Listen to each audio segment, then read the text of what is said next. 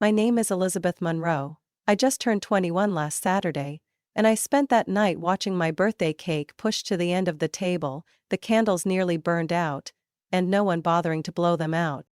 Our living room in Cedar Rapids was packed. Laughing, chatting, toasting.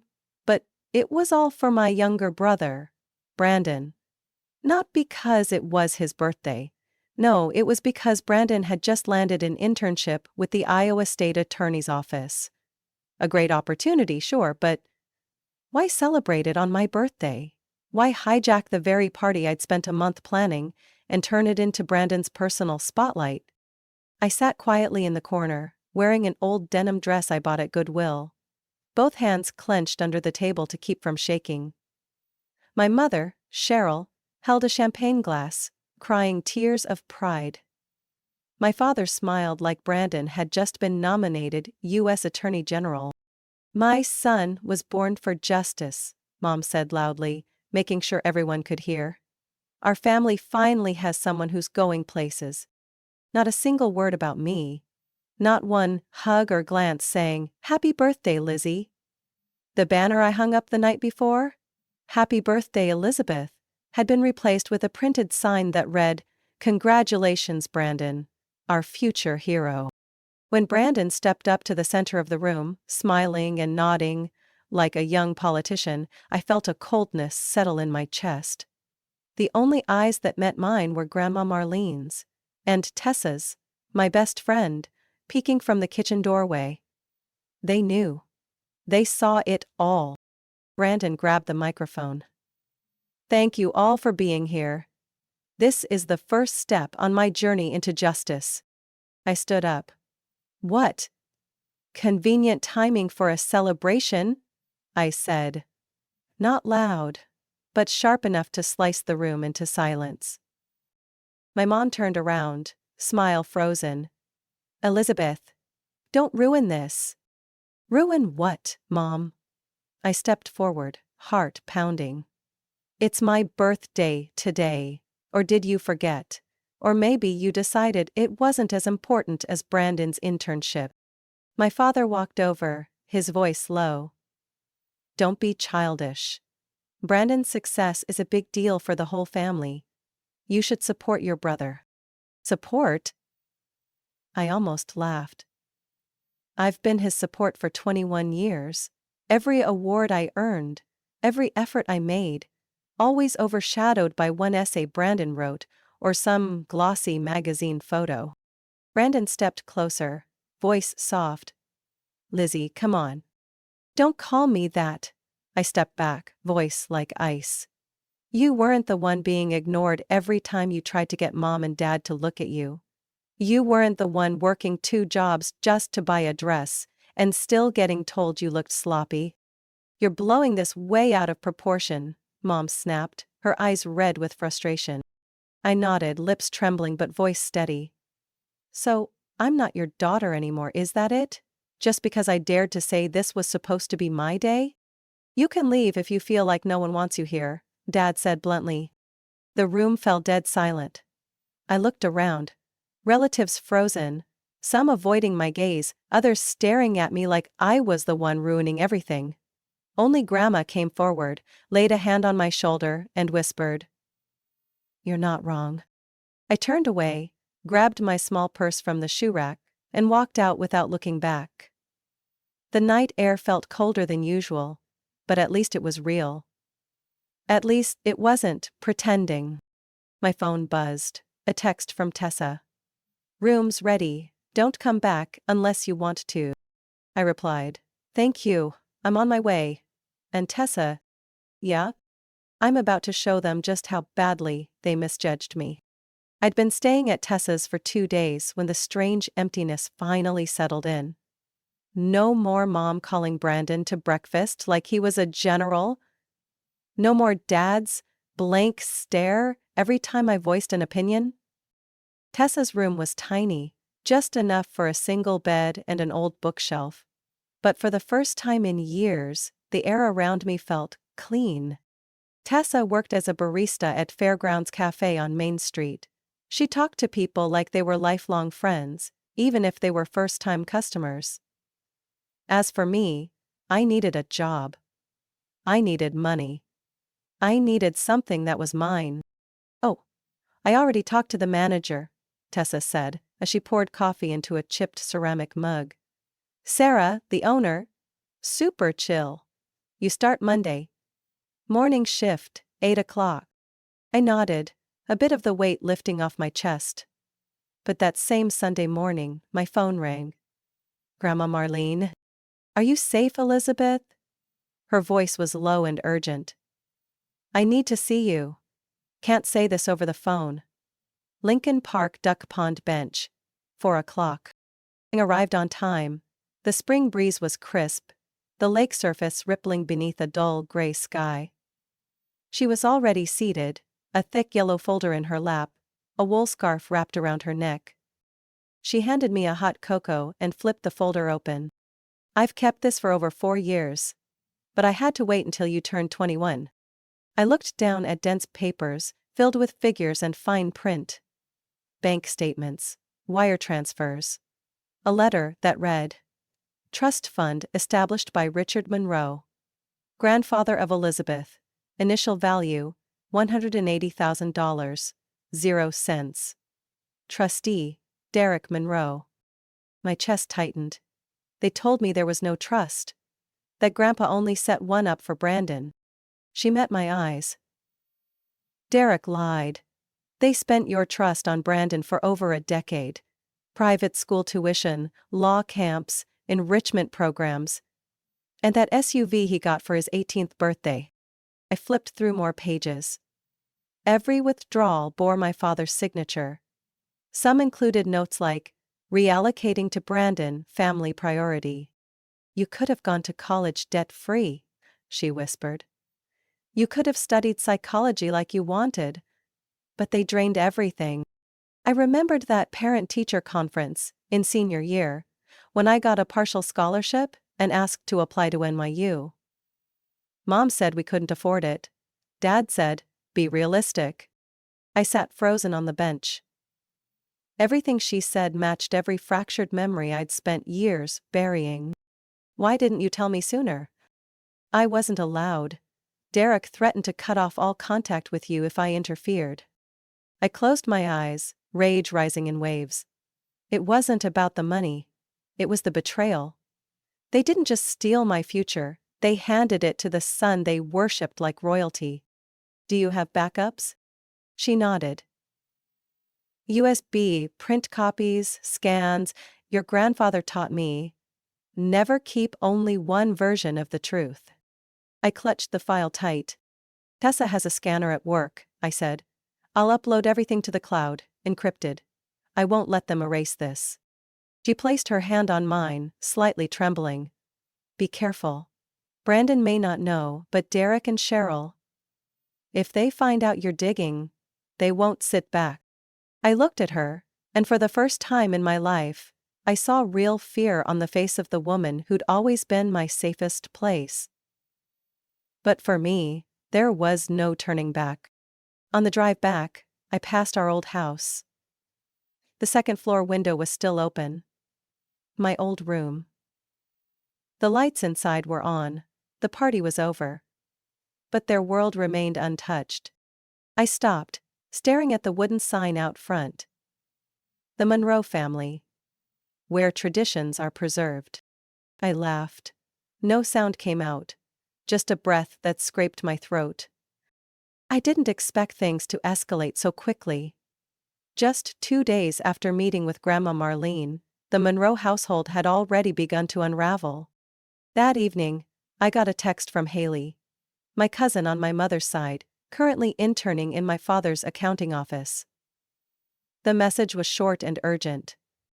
Liz, you need to come now, they know. Uncle Derek is destroying documents. I managed to hide a few, but I can't hold on to them much longer. My heart pounded.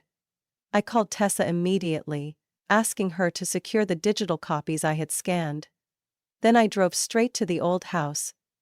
Back into the territory of the people who once called me their daughter. The house was unusually quiet. No TV sounds, no mom muttering while tidying up. I circled to the side entrance, where Haley said she'd leave it unlocked. The door creaked open with a light push. Inside, the glow from Dad's study flickered like a spark about to ignite. I tiptoed through the hallway, barely breathing. The sound of crumpling paper, a flicking lighter, and my father's low curses crept through the cracked door. Peeking in, I saw him tossing a stack of papers into the old fireplace. My mom stood beside him, pale-faced, trembling as she held a file box. A few documents still bore Central State Bank stamps. I lifted my phone and hit record. Video was too risky. Not if they caught me. "How much do you think Elizabeth knows?" Mom whispered. "No idea," Dad replied, his voice razor-sharp. "But if we burn everything before she acts, it won't matter. The trust can't be proven without the original files." "What about Marlene?" "I think she might have given something to Liz." Dad paused, flame flickering across his face, jaw clenched. "I told you not to let that old woman get involved. If Elizabeth has anything from her—" He didn't finish the sentence. Instead, he hurled the remaining files into the roaring fire. I backed away, heart pounding so loud I could barely hear. As I slipped through the back door, I nearly collided with Haley.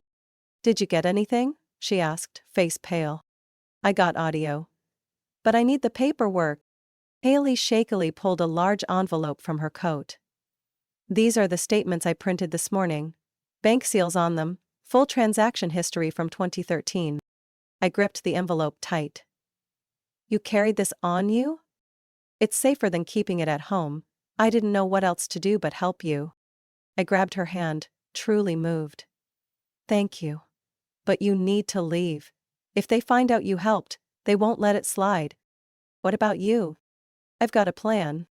I uploaded the audio to a backup email account, encrypted it twice. Then, I had Tessa reach out to Grandma's lawyer, Harold Dean, the same man who handled my grandfather's estate. "He's trustworthy," Grandma said on the phone. "I anticipated this.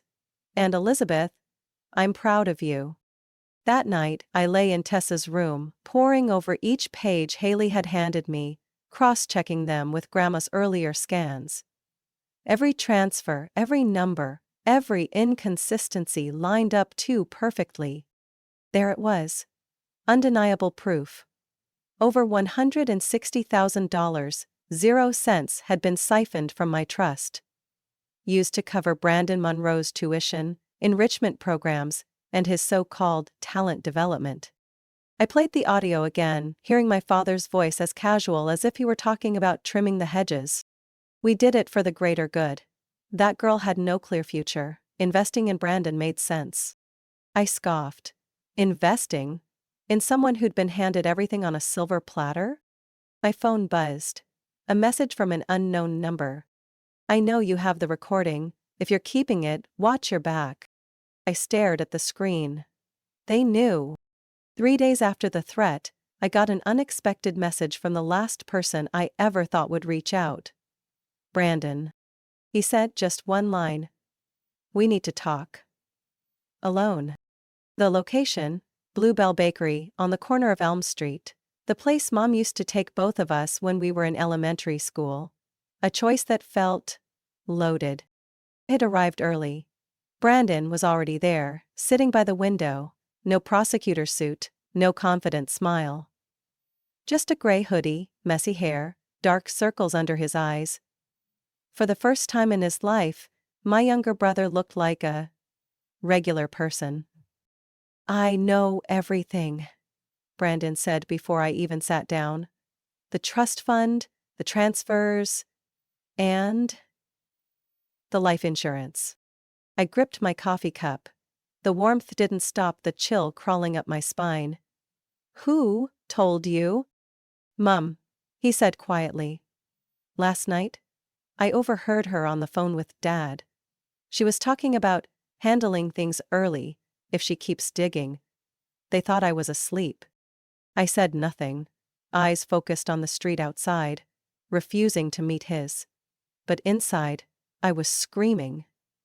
Handling things early? They'd actually planned a scenario if I didn't stay silent?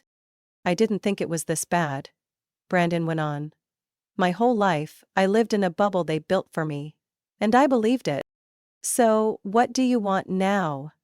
I turned to look him straight in the eyes. To help you, to expose everything. At the family gathering at Westfield Lakehouse next week. Everyone will be there. They can't hide it if you go public there. I smirked. And why should I believe this isn't just another setup? That you're not luring me there so they can handle me after all? Brandon lowered his head and slid a small USB across the table. This contains all the details of the life insurance policy Mom took out. $5 million. Payable only if you died before turning 21. It expired on your birthday. Each word landed like a hammer to the chest. She celebrated that day, I whispered, almost to myself. That was the same day she turned my birthday into your victory party. And I saw it all when I read the policy, Brandon said slowly. You had to survive your birthday for her to get nothing? I closed my eyes. Anger, hurt, fear. All of it built into one tight knot inside me. Then I opened them again, voice firm. I'll go to the lake house. Brandon nodded. You won't be alone. I already contacted Grandma Marlene's lawyer. Mr. Dean is preparing the files, high-res slides, all cross-referenced. And me? I'll be standing with you. Saturday afternoon, the Westfield Lake House looked like something out of a painting. Still waters reflecting the setting sun. The trees whispering in the breeze. It was peaceful, in the most artificial way. Relatives poured in from everywhere. Aunt Olivia from Ohio, Uncle Frank from Denver. Cousins I hadn't spoken to in years. My mother beamed, welcoming everyone in her sea-moo satin dress. My father stood by the entrance, wineglass in hand, wearing his signature navy suit. I walked in, shoulders square, gaze sharp. Brandon followed close behind, carrying the case with the presentation gear. Mr. Dean was already inside, standing near the reception hall, where an LED screen had been discreetly installed. You sure? He asked quietly. I nodded. They think this is a family reunion. But this will be their first trial. My mother stepped into the center of the hall, raising her glass. Dear Monroe family, she began. Today is not only a time to reunite, but to recognize the next generation. Brandon, who will carry forward our family legacy. Polite applause echoed through the room. I stepped forward. The spotlight caught me, just as I spoke.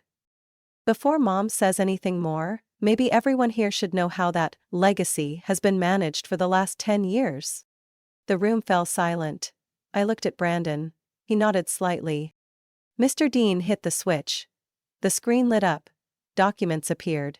Fund transfers, insurance paperwork, manipulated trust statements. Every line, every number exposed under the light like blood on snow. This, I said, is how my parents preserved our legacy. By stealing the trust my grandfather left me. By funneling it all into creating the perfect golden boy. And by setting up a replacement plan, in case I didn't cooperate. My mother stepped forward, face pale. Elizabeth, you don't understand what you're doing. No, Mom, I said slowly. You don't understand what I know.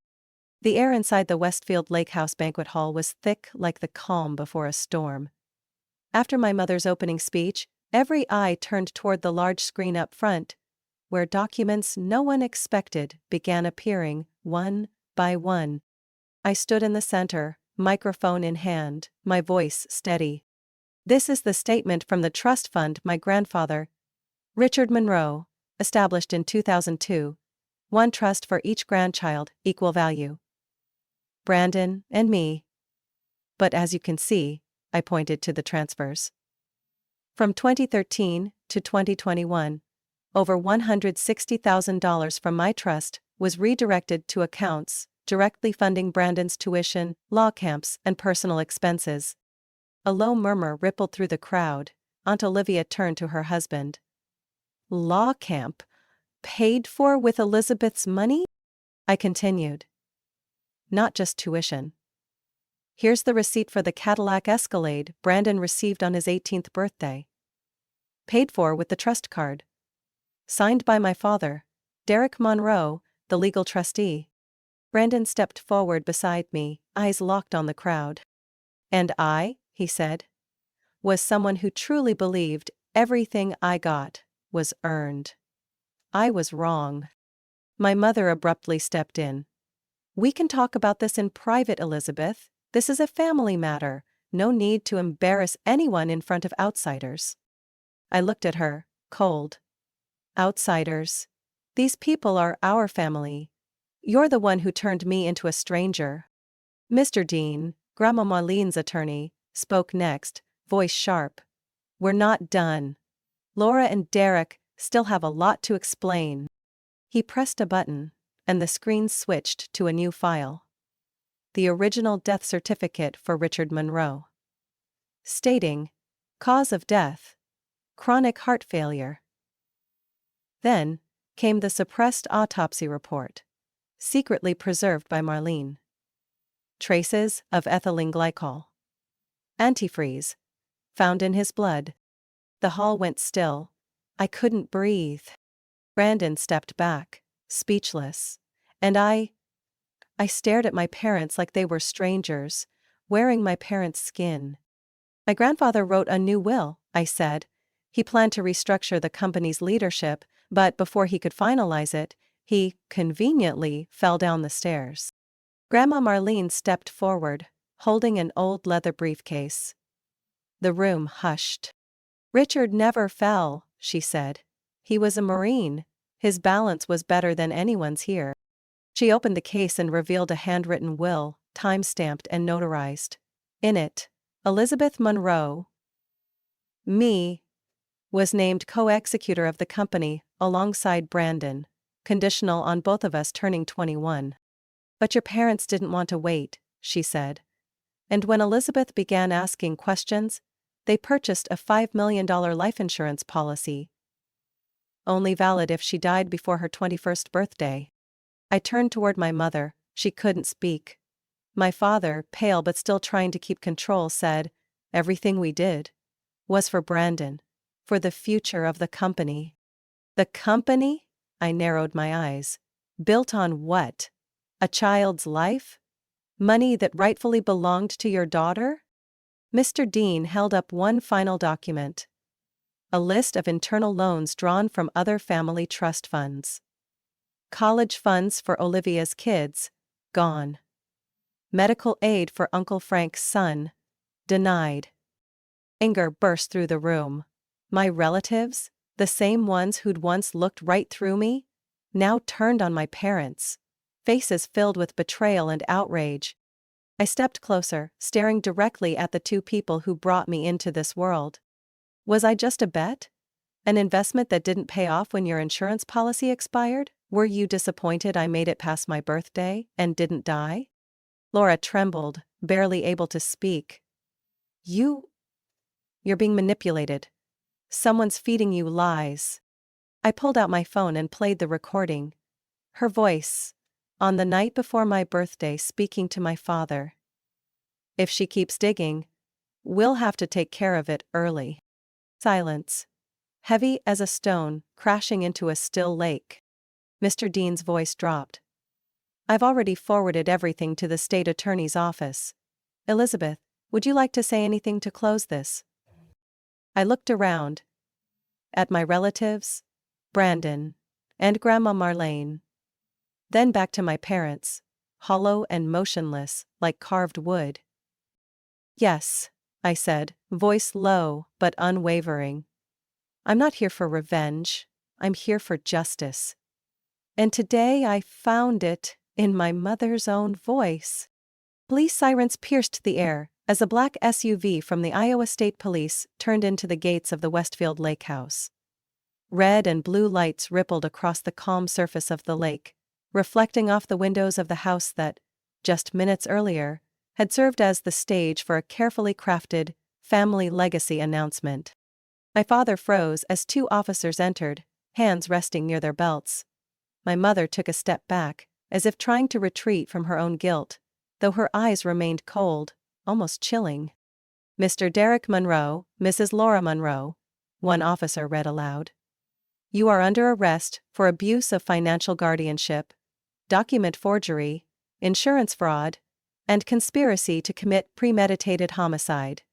You are advised to remain silent and comply." Gasps swept through the room. Aunt Linda muttered, "Oh my God!" while Uncle Frank collapsed into a chair, burying his face in his hands like someone waking from a 10-year nightmare. I stood still. Not triumphant, not angry, just a strange emptiness. Like the final scene of a nightmare playing out while I was still trying to remember I'd woken up. My mother turned to me, voice rasping but strained to sound firm. "You'll never understand the pressure we were under." I looked her straight in the eye. "No one forced you to gamble your daughter's life to solve your problems. The officers cuffed them on the spot.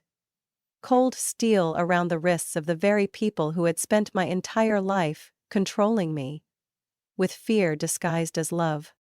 As they were led away, I turned my back. Not because I couldn't face them, but because I no longer needed to. Once the police SUV disappeared beyond the tree line, a strange silence settled over the house. Not one of shock, but of something ending. Or beginning. Grandma Marlene was the first to rise. "Thank you, both of you," she said. "Not just for Elizabeth, but for everyone in this room. Those who were lied to, silenced, and made to feel alone." I lifted my head. Her gaze was both gentle and unyielding, like the way she once raised my father, but now used to repair the damage he had caused. Brandon stood beside me, voice steadier than ever. "I promise, every dollar taken from those trust funds will be returned to its rightful beneficiary. College funds, medical assistance, investment accounts, all of it will be audited and disclosed publicly." Aunt Olivia, whose 2 children were denied internal scholarships, broke into tears. Uncle Frank, father of Thomas, the boy who lost his medical support, gripped my hand. "Thank you, Elizabeth. You didn't just save yourself." I took a deep breath. I can't change the past. But I can promise this. From now on, Monroe & Co. will no longer be a house of deceit and favoritism. It will be a company built on trust and accountability. Applause followed. Hesitant at first. Then stronger. Not celebration, but recognition. A way of saying, "We saw, we understand, and we're with you." 1 week later, Brandon and I held our first press conference at the Monroe & Co. headquarters in downtown Cedar Rapids. Behind us was a new banner, "Rebuilding Legacy with Truth." Brandon began. "We're not here to deny the blood that connects us to the founders of this company, but we are also not here to protect their crimes." I continued. "For over a decade, financial decisions were made based on privilege and favoritism. As of today, every expenditure and investment will be reviewed by an independent advisor. And we're relaunching the scholarship program my grandfather created, the one that was derailed by greed." A reporter asked, "Elizabeth, if your parents contest this, are you afraid of getting dragged into legal battles?" I answered without hesitation. "I've been hurt enough to know what's worth protecting. And it's not someone else's reputation, it's fairness. For me, and for those who were quietly left behind." As the press began to leave, Brandon turned to me. "Do you think you'll ever forgive them?" I paused for a long moment before answering. "Forgiveness isn't for their peace. It's for mine. But forgiveness doesn't mean forgetting. And you know what, Brandon? You are a victim too. In a different way." He nodded, eyes heavy. "For the first time, I see everything clearly." I smiled. Not joyfully, but with relief. "And for the first time in your life, you're finally seeing the truth." 3 weeks after my parents were arrested, I received a handwritten letter from Grandma Marlene. The slanted, elegant handwriting was unmistakable. She didn't say much. Just one line. "You should go to the old cellar behind the Willow Grove farm. Bring Brandon." Willow Grove had once been where my grandfather grew grapes and aged homemade wine. As a child, I spent afternoons there, learning to tie vines, distinguish flavor notes in different barrels. After he passed, the land was abandoned, never spoken of again. That afternoon, Brandon and I drove out to the farm. The wind picked up.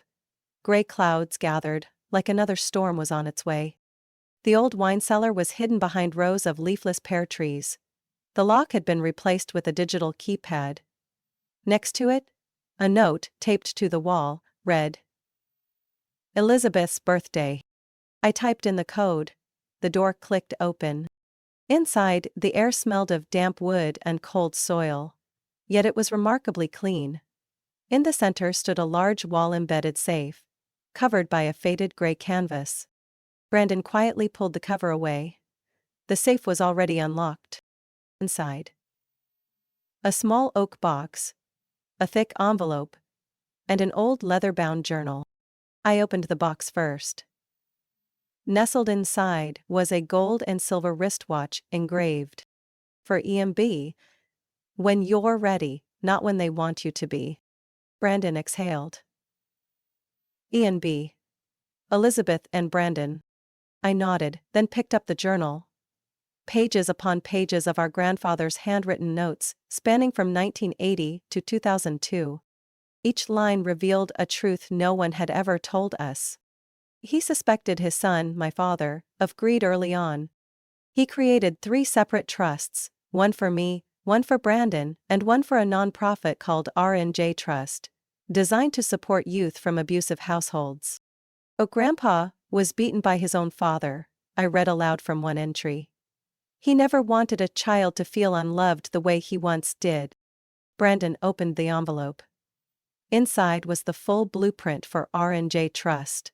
Bank accounts, community partnerships, and, most importantly, a notarized letter granting control of the trust to Elizabeth and Brandon, upon both reaching age 21 and becoming legally independent from their parents. I sank into a dusty wooden chair, speechless. His real legacy wasn't money. It wasn't the assets my parents tore apart. It was a mission. Brandon sat beside me. "Do you think we're capable of this?" I looked at him. My brother, who once symbolized everything I resented. Now, I saw a man trying to fix what he didn't break, but could no longer ignore. "He didn't choose us because we were ready," I said slowly. "He chose us because he believed, when the truth came out, we wouldn't run from it." We left the farm just as the sun dipped below the trees. Inside me, a strange calm.